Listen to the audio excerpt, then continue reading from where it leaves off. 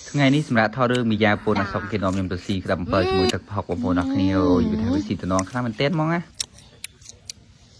ធ្វើរឿងជ្រិចដូចអត់ជូរសតែមុនហ្នឹងទៅយើងធ្វើការបុកជាមួយនឹងទឹកផុករបស់យើងសិនយើងមានខ្ទឹមមានម្ទេសមានអីចឹងមកយើងបុកឲ្យបែកទៅបងប្អូន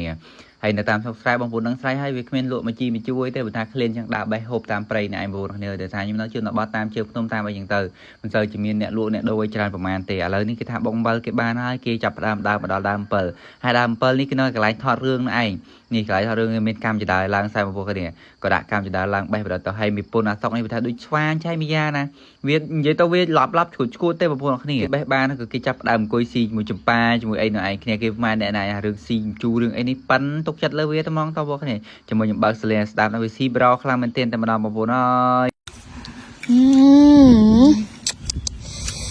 ui chị ơi sợ lắm ngật ui cái bụng bà yêu khánh nhanh yêu khơi nè yêu khanh yêu khánh á ថាដាក់ឡើងជ្រិច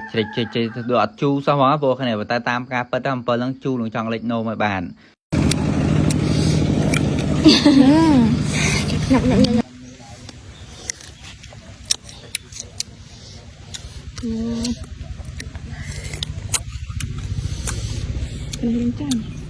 ពីម្ដងមកគួមិនសូវឆ្ងាញ់ទេតើញាត់ម្ដង2 3 4 5គួនស៊ីឆ្ងាញ់ឥឡូវចាប់ផ្ដើមញាត់ទៀតអូយមីយ៉ាហងមុំបានឲ្យដូចស្វាអញ្ចឹង